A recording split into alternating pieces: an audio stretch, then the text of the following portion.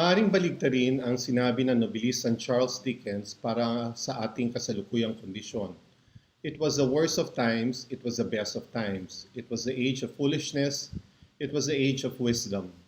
Ang likhaan, University of the Philippines Institute of Creative Writing, ay naglalabas ng webinars para sa patuloy na diskusyon ng usaping malikhaing pagsulat, panitikan at kultura sa kondisyon ng COVID-19 pandemic. Meron 3 webinars ito, ang Panayam Lecture Series, mga serye ng usapan hinggil sa craft at politics of writing sa pandemiko, ang ganap o serye ng literary readings, at ang Interdisciplinary Book Forum, ang talakayan ng isang bagong libro ng UP Press ng mga panelists mula sa iba't ibang disiplina. Kasama ang Filipina Archive o online book sharing platform para patuloy na makapagbasa sa pandemiko, ang webinars ay patunay sa pangangailangang magpatuloy ang panitikan at panulat na Filipino, lalo na sa panahon ng pandemiko, na ang panitikan ay esensyal at vital na gawain, lalo na sa panahon ng pandemiko. Nanguna ang likhaan sa pamamagitan ng website ito, ang panitikan.ph, para ang kanyang mga aktibidad ay mayroong online output. Sa ilalim ng programang Literature for Social Development, maaaring tingnan ang mga dokumento, proceedings at video ng UP National Writers Workshop, ng Amelia La Peña Bonifacio Basic Writing Workshop, ng mga dokumentaryo ng senior writers ng bansa sa Akdang Buhay, ng Gemino Abad Seminar Workshop for the Teaching of Creative Writing, ng Saling Panitik, Bienvenido Lumbera Seminar Workshop for Translation, ng Madrigal Gonzalez First Book Award, ang Likhaan o Journal of Contemporary Philippine Writing, at ang Interdisciplinary Book Forum. Maaari rin makapagpasa ang mga manunulat ng kanilang biography at sample works para sa author section. Inaasahan naming maging mahalagang tulong din ang webinars at website ng likhaan sa mga guro, estudyante at nagmamahal sa panitikang Filipino. Sinasabing writers write in retrospect, kung kailan tapos na ang trauma, kung saan may nilay na sa naganap. Pero meron din sa ating panitikan ng mga manunulat na nagsulat ng ATM o At the Moment, ang Florante at Laura bilang proto-komentaryo at ang mga nobela ni Rizal bilang direktang pagsasakdal sa kolonyalismong Kastila, ang mga sarswelisa ng Tagalog seditious plays laban sa kolonyalismong Amerikano, ang mga manunulat ng literature of circumvention, protest at underground writings sa panahon ng diktaduryang Marcos ang ilang halimbawa. Ano pa man ang desisyon ng mga manunulat, ang mga programang online ng likhaan ay patuloy na magiging lunsaran ng mga talakayan at panitikan testamento ng ating panahon at pagdanas sa pandemiko. Mabuhay ang panitikang Filipino, mabuhay ang manunulat na saksi at tagaulat ng ating panahon.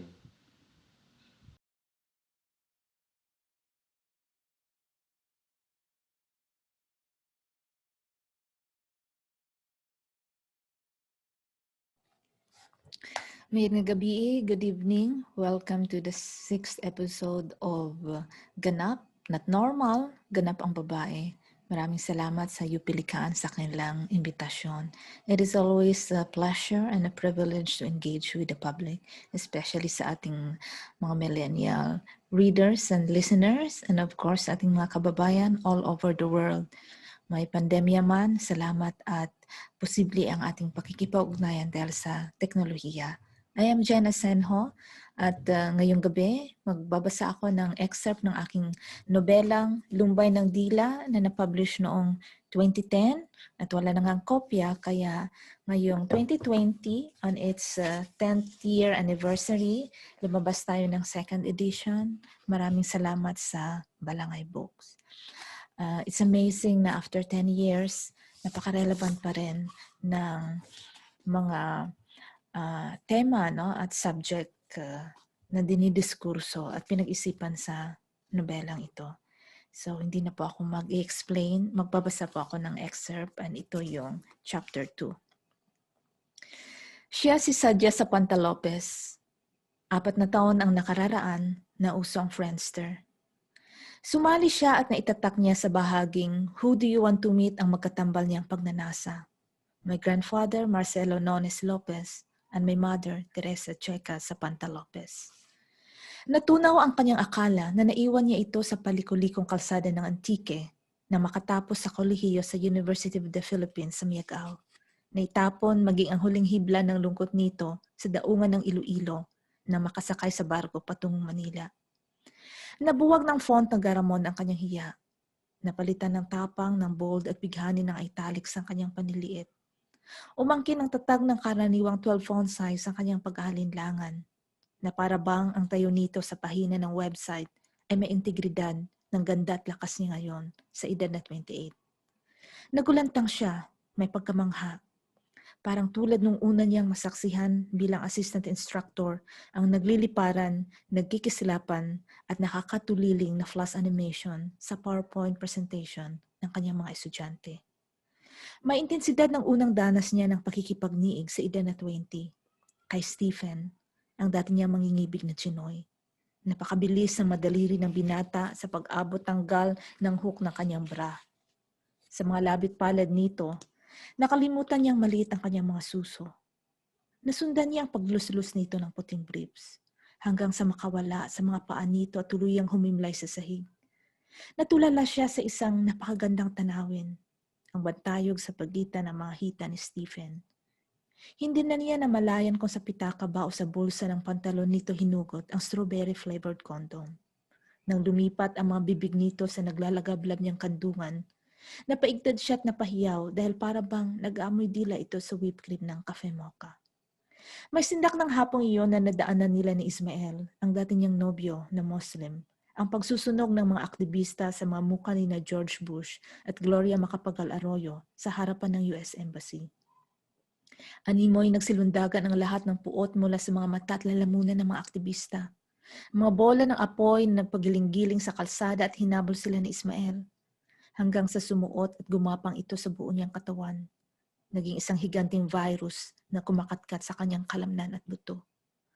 Pinagtagpo niya ang madaliri nila ni Ismael sa pagsisetayuan ng kanyang mga balahibo. Niyanig siya ng panginginig at may lindol na dumagundong sa kanyang isipan. Ano ang totoo, Marcelo? Ano ang totoo, Teresa? Dito nabuo sa kanyang buhay pagkaibig ang pagkamangha na naramdaman niya kaninang umaga. Kasukob ang pinaniwalaan niya ngayon. Ang pag-ibig ay isang distansya.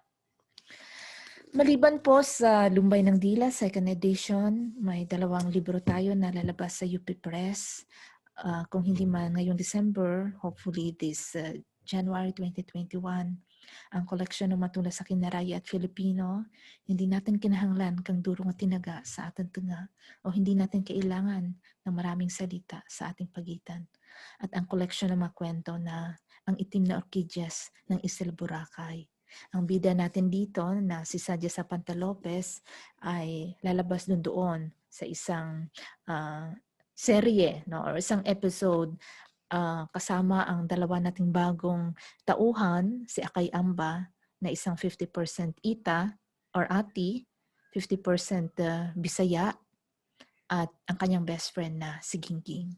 Kung ang Lumbay ng Dila ay tungkol sa paghahanap natin ng katotohanan, ang itim na orchidyas ng 𝗩𝗶𝘀𝗶𝗏 ay isang diskurso naman at meditasyon sa paghahanap natin ng kalayaan, lalo na ng ating mga komunidad at bansa, no?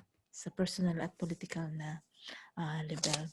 So yun lang po. Maraming salamat. Sana kahit paano nag-enjoy kayo.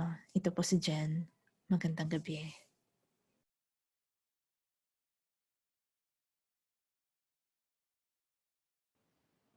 Hello, good evening. This is Marikit Uychoco, and I'm going to read a short story called The End of Tomorrow. It's a short story that I wrote, in the middle of the coronavirus, and it channels a lot of my fears and anxieties when it comes to coronavirus, and you'll see in a minute or two why. Um, it's going to be out soon in 𝗩𝗃𝘃 this is the first volume of the journal called 𝗩𝗃𝘃 Philippine Literature in the Time of COVID. So I hope you guys get to have a copy of the journal, or you get to read the short stories and all of the wonderful things that are written there. So let's go to the short story and you'll see how I channeled my fears and anxieties when it came to the coronavirus into the short story. The End of Tomorrow by Marikit Uychoco, 2020 Philippines. We only think that time moves forward because that's how we experience it. The inevitable march from the past to the future, from cause to effect, forever marching forward. In a parallel universe, they might experience time backwards with the inexorable march from effect to cause, future to past, a story read towards understanding of why things are the way they are.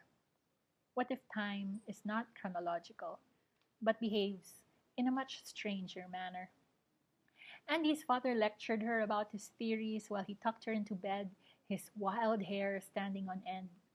Something about the scene alerted Andy, knowing that this was a memory wrapped in dream, and the awful realization filled her, the horrible knowing that her father was dead. She felt a dark sense of foreboding, and she struggled to wake up. When she woke, she tasted sea salt on her lips.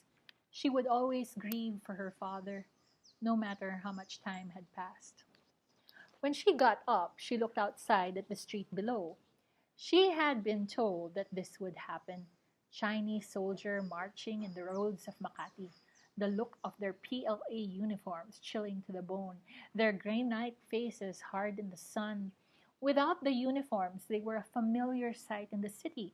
For years, they had taken up residence in Makati. Their surgical masks made them an impenetrable mass of Chinese eyes, and tanks were rolling up and down the avenue while people held each other in fear.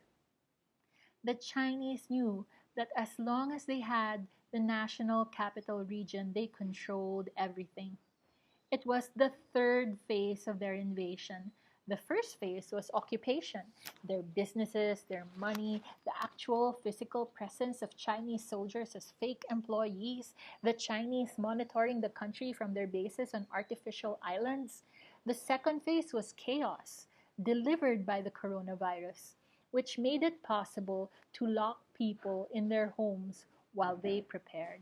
And the third was this: actual boots on the ground. Andy flicked on the television. The TV set showed the Philippine president and his cabinet.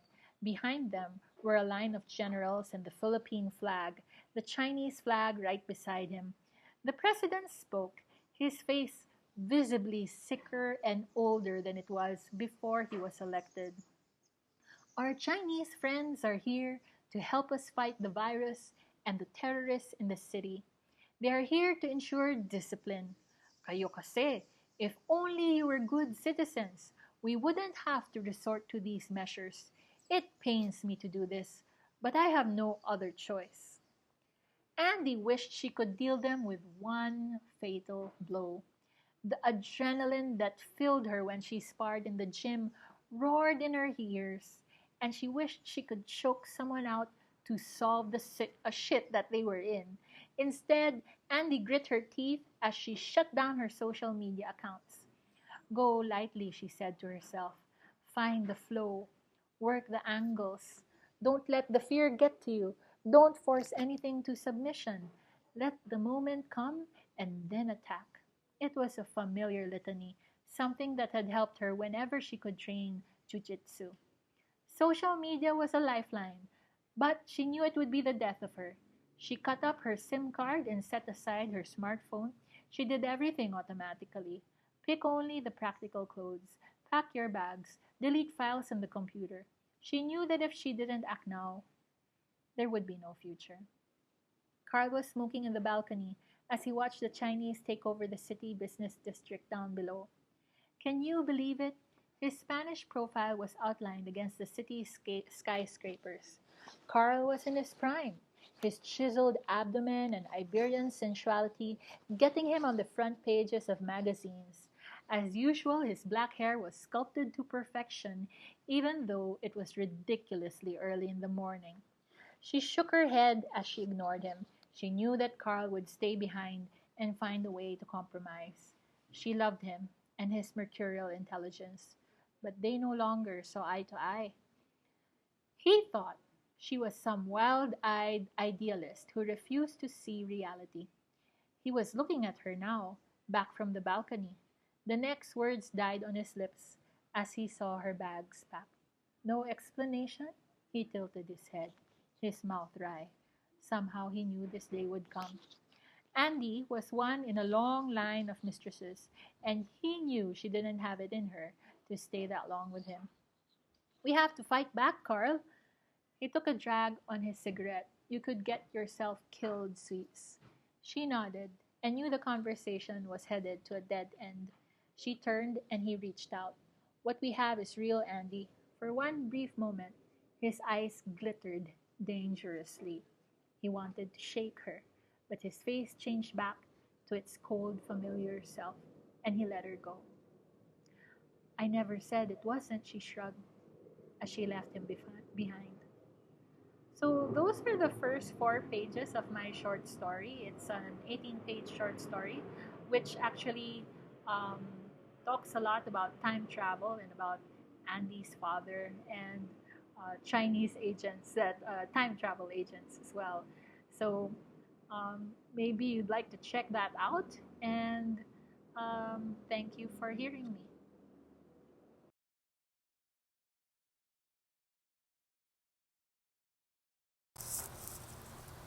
Hi everyone, hoping adlaw hayong tanan. My name is Daryll Delgado and I'm the author of the books Remains and After the Body Displaces Water.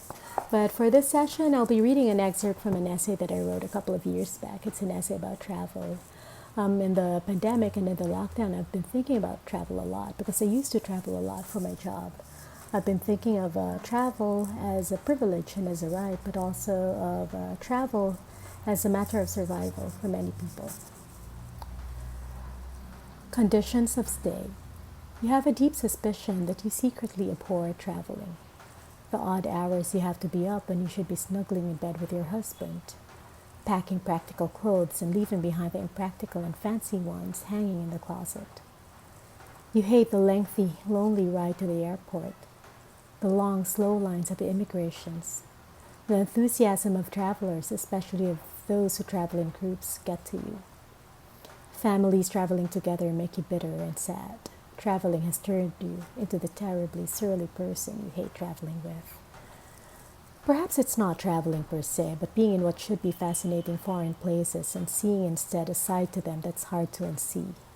A side cropped out of footages in tourism, ads, and travel shows. Maybe it is being away from the home that you've built over time through patterns and habits that you develop and faithfully pursue with loved ones and now have to constantly break. Perhaps it's a missing out on events such as friends' books being launched, birthdays celebrated in obscure 80s dance clubs, the weekly drinks with old buddies, the face-to-face conversations over coffee, not being there when loved ones are sick, not being able to attend protest rallies, being haunted by disasters striking your home city while you're away, tending to other people's miseries. Maybe it's not even so much being away from home as much as having to build a new one, inhabiting a new self always again and again. Another hotel lobby that already knows your name, another impersonal staff house waiting to be dusted off. You enter the room, you occupy a new body. A few days later, this body adjusts to the interiors, the sharp corners and faulty light switches, the peculiarities of faucets and doorknobs, and the no longer so neutral smell of the staff house. Sometimes just when you think you have adjusted to the space, to the body that has taken residence in the house, you wake up in the middle of the night, heart racing for no reason. All sounds of the pre-dawn hours so magnified, you hear the faintest footsteps, and don't know whether to be cheered or be terrified at the proximity of another restless body awake at this same hour. Security guard or armed thief, you torture yourself with thoughts of being burgled, violated, killed, and then erase these thoughts just as quickly. You replace them with thoughts of a woman, sleepless walking, reciting mysteries, reintroducing her body to strange foreign streets. You tell yourself that you should just get up from bed, look out the window to settle it all. You look around you instead, and everything is again unfamiliar because unmoved by your presence. The stranger in you has a habit of colonizing the already adjusted resident. The stranger never quite goes away, so does the loneliness the stranger brings. The loneliness is something you just have to keep at bay, somewhere at the base of your diaphragm or wrapped around your colons. You do not entertain even the thought of dignifying this condition or its variances. You tell yourself that yours is a global, borderless body. When it becomes excruciating, you consider taking on a religion in order to forget and to belong, because Sundays are the worst. There are a million reasons to not leave, to not be anywhere but here. Lately, you've had to convince and constantly remind yourself again that, apart from the fact that the job requires it, there are real benefits and pleasures to traveling. You have to remind yourself that traveling is a privilege, even if it is really a right. A universal human right that regimes control in many different ways. Those who move around so freely and voluntarily get easily upset when even just a portion of that freedom or desire to travel is hampered. You are sometimes one of those people. Travelogues obliterate the fact that there are such things as conditions of stay, visa restrictions imposed by receiving states, depending on where you're traveling to, what or who you're traveling as: tourist, guest worker, refugee, immigrant. Because of your work, you cannot help but see these conditions as constraints that frame and redesign the lives and bodies of a totally different set of travelers.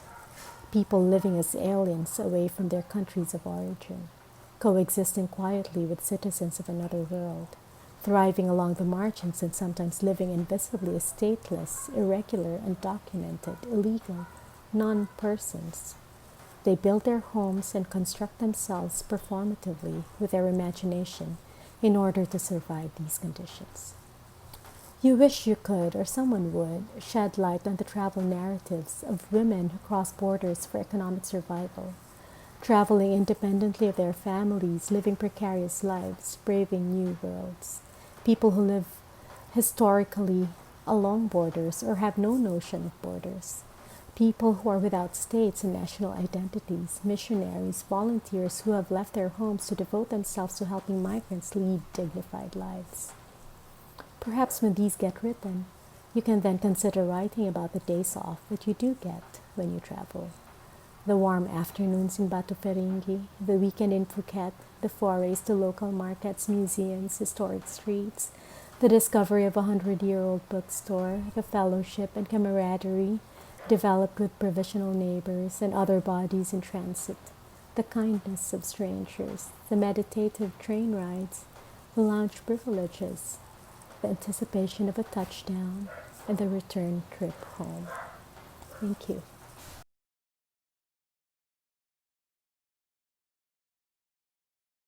Pagbati sa lahat. Ako si Christine Lau. Nagtuturo ako sa UP Diliman at nagpapasalamat ako sa likhaan na ICW para sa pagkakataong ito. Magbabasa ako ng 2 tula na pawang naisulat ko noong ngayong pandemic. Today's headline. No one insists you play his last moments at lunch at the table but you. Eyes glued to your phone, insisting what a craving for a smoke and a Coke can do to a man unhinged by his military training. Fists do you in with brothers like those who needs enemies, just like you.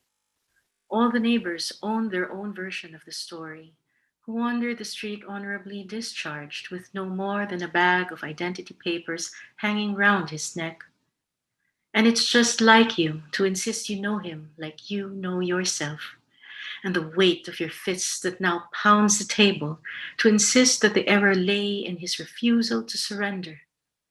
Though his hands were up, he was once a soldier and should have known better than to piss off the law who waited, and trained its weapon in his back and waited, all the time shouting as it waited for the slightest suggestion he was drawing a gun. The only language it insists on knowing, not the story, the shell-shocked, sorry ex-soldier who now turns like the dry wind turns a season, throws the bag at the law right before drawing from his heart. Hard to tell. A quarantine, you blink. He falls. Some stranger gone.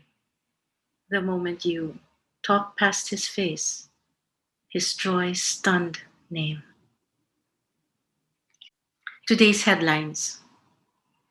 Ostrich, You weren't supposed to be jogging where city folk jog. No one's property moves freely here, except for lapdogs who yip for sir. Mayang simbahan. You weren't supposed to be invasive species, but guest for a season. Phony friend, unwelcome pest. At whose behest do you sing? Collateral damage. You shouldn't be 5 and dead. Let's just pretend you aren't. Like they say, the man who shot you did not need a warrant to enter your home. Adobo. Big Bird is dead. Bitter we stew in soy and anger and cane vinegar.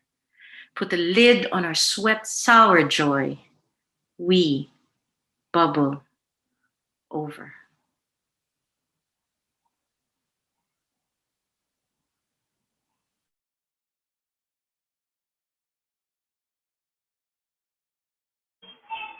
Hello, ako si Francezca Kwe, isang guro mula sa Universidad ng Pilipinas at manunulat.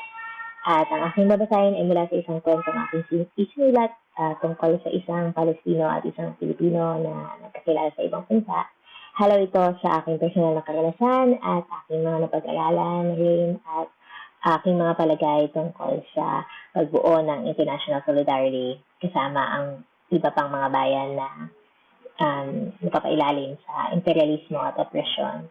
Naniniwala ako na ang panitikan ay para sa pag-angat ng ating kamulatan at paninilbihan para sa mamamayan, lalo na sa mga grupo o sektor na tinuturing natin inaapi sa lipunan. Ay sinulat ko ang kwentong ito sa wikang Ingles.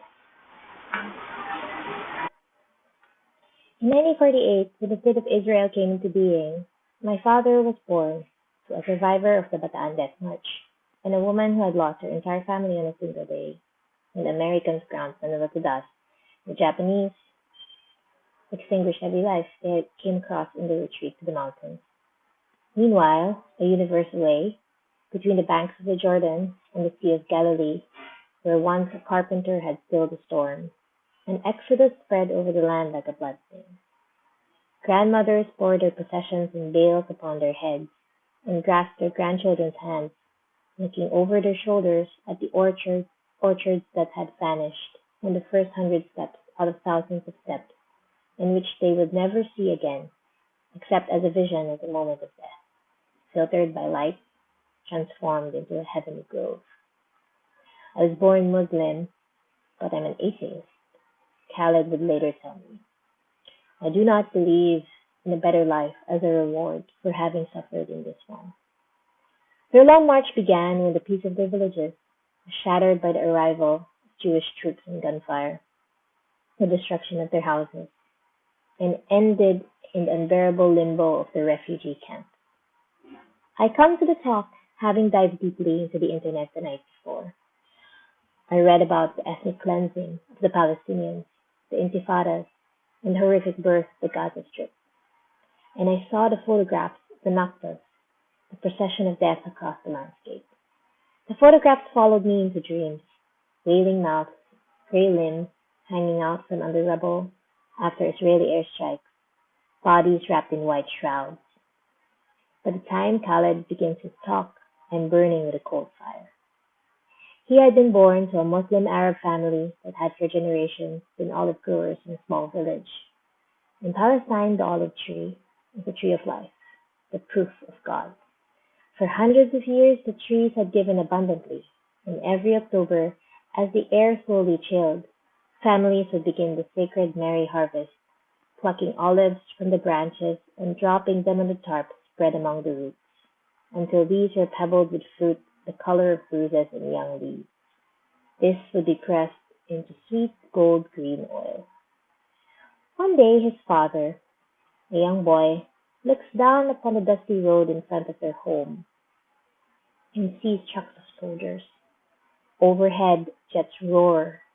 The boy drops his wooden top and runs, leaving it spinning on the ground. The soldiers overrun the village and shoot dozens of the villagers in front of their homes. The blood of the boy's father sprays the door.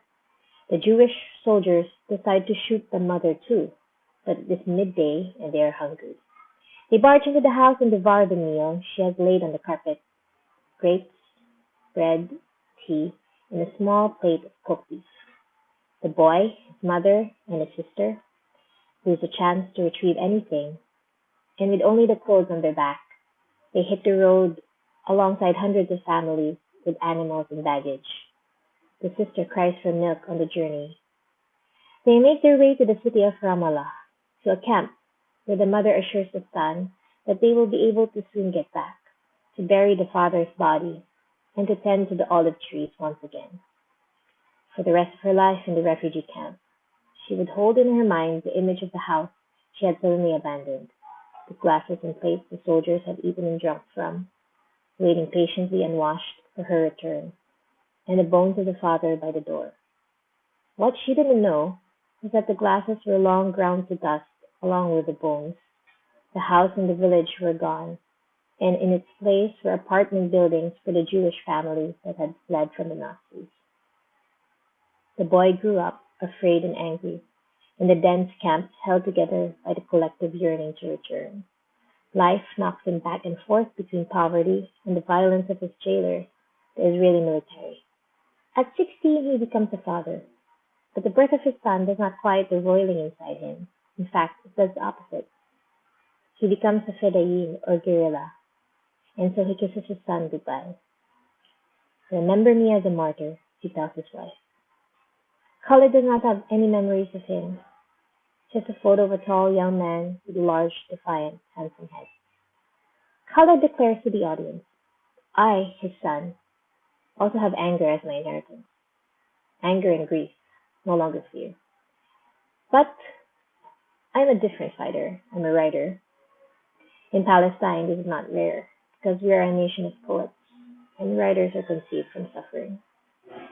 A few days before, he explained, Israeli soldiers had killed an 11-year-old Palestinian boy during a peaceful protest. Ahmed was his name, footballer, stone slinger. The grief-stricken villagers held his body aloft, draped in colors red, green, and white. The Israeli soldiers were unmoved. Ahmed was not the first body to receive their bullets, nor would he be the last.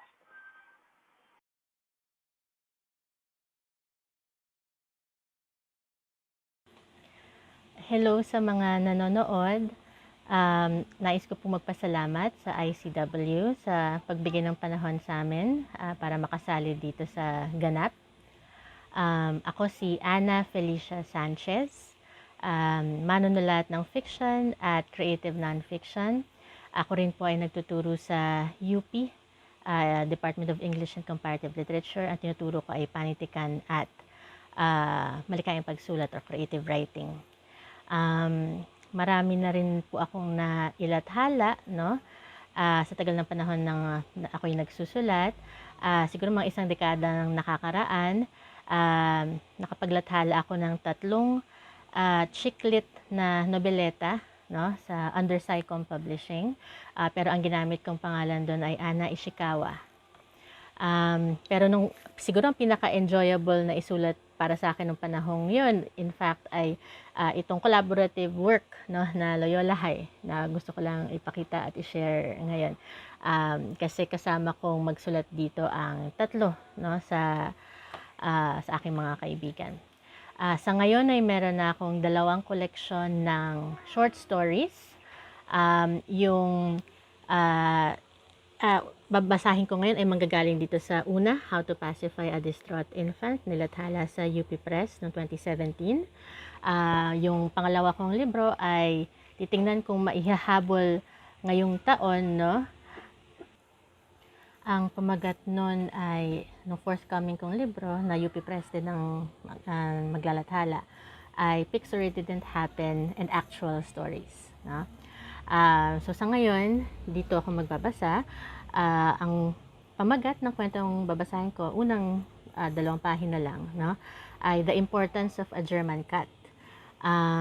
Ito ang pinili kong basahin dahil ngayong panahon ng pandemic, no, sa pag-igting, in fact, ng mga um, ng violence both inside and outside the home, no? At in fact, ang violence na ito ay resulta, no, ng public discourse, no, na sa ngayon ay nagsisimula in fact mula sa pinakamataas na posisyon ng ating pamahalaan, no? At makikita natin kung paano ito i-echo sa public discourse sa mga comment section, halimbawa, no? Pero yun, ang totoo ay nagsisimula ito sa bahay. Ngayong lockdown, nakakaawa in fact ang mga tao na napilitang magkulong sa loob ng bahay kasama ang mga miyembro ng pamilya, no, na kung ano-anong uri ng violence ang ini-inflict sa kanila. Pwede kasi itong physical violence or abuse, emotional violence, no. So napaka-komplikado ng mga ganitong sitwasyon at siguro isa yun sa mga sinikap kong matalakay or at least ma-depict, no, dito sa kwentong ito. So the importance of a German cat. In later years, I would read about Hitler and Nazism and what Bertolt Brecht had to depict about the hunting and herding. But in the summer that I was 12, my head was filled with thoughts of fairies and magic, and there were many things I couldn't explain, least of these the sound of things thudding around in the master's bedroom one night, and the sight of my parents coming down to breakfast the next morning, each of them nursing a strange injury. My mother a bruise under one eye, my father a fractured rib, and then telling Al and me in even stranger detached tones not to worry, time healed all wounds. So the vacation seemed like a fabulous idea at the time. Daisy days in our uncle's bungalow in far-flung Novaliches, right smack in the heart of a very new subdivision, one that would eventually lose money from failed estate developments, so that in a decade or so, homes would slump into ruins and gardens would be overrun by grass and snakes. But in that summer, there were no snakes, only fruit trees all abloom, and saplings with white slender trunks, and chest-high cogon grass rippling bright green in the sun. The grass tips would turn white and fluffy with seed, and when the seed fluffs floated with the wind, I could look and pretend that I was in some secret part of 𝗩𝗏𝗮𝗯𝗮, with the splendid Reina Ina Magenta and the other fairies just an arm's length away behind a curtain of snowy fluff. The downside was, my uncle's children were all boys, and not the dorky Príncipe Kwe type either, but the mean-spirited kind that played rough, the kind that reminded me of Lucas' minions. And yet the fairies appeared to be on my side that summer, because when we arrived, Ringo, the oldest of these cousins, and who had teased me about ballooning boobs and smelly jean stains during Patintero and 𝗩𝗏𝗋𝗋 just the past year, was lumbering around the bungalow wearing one of his mother's swirly pink skirts. The first question I asked Al, after Ringo waddled off to the cool sanctuary of his bedroom, leaving us to sort our bags all over the sofa set that yearned to be reupholstered, was, "What's a German cut?" Al made a face. "Why are you eavesdropping on men's conversations?" "I bet you don't know a dot about what a German cut is," I tell him. "Of course I do, stupid. It's why he's wearing a skirt." He yanked off one of his socks and flung it in my direction. Younger than Ringo and me by a couple of years, Al brimmed over with a conspiratorial excitement that matched all the wisdom of the world. "It's how the doctor slices the skin of the bototoy so that the head looks like a helmet." I started to tell him that he had said a bad word, but I stopped because there was no one else around to hear anyway. Our uncle had picked us up in a taxi and then dropped us off and then left for Caloocan or 𝗩𝗏𝗮𝗯𝗮 or God knows where else. And right now, our aunt was somewhere out back chopping pork and onions in the dirty kitchen. As Al unpacked his X Factor comics and his boxes of cards, I wondered for a moment what our parents were having for supper, or if they were dining together tonight, or if they weren't, where did either of them go? I had so many useless thoughts, and it was an effort to brush them all away. The smell of onions seemed to stay in the wind. There was a drained cuatro cantos of gin on the badly scratched coffee table between Al and me. Across from us stood a TV, which had a fascinating crust of dust on its monitor. And on top of the TV was a large framed picture of our late Lola posing with our uncle and his wife, Ringo, the twins John and Popoy, and the late great family dog George, who would have perhaps been granted a more dignified name if there had been another kid in the household. All of them wore big fake grins for the camera, except the big old mongrel dog, whose smile didn't look fake at all. Yellow afternoon sunlight spilled across my toes, danced atop our shoes, and my brother's socks scattered across the floor. Leaves from a nearby jackfruit tree made patterns in the light, and all of a sudden, I wanted Ringo to come out from his room and dare us to a 2-on-1 bout of patintero. Why would anyone want his bird to look like a helmet? I asked. Al made that face again. You said a bad word, he said. Maraming salamat.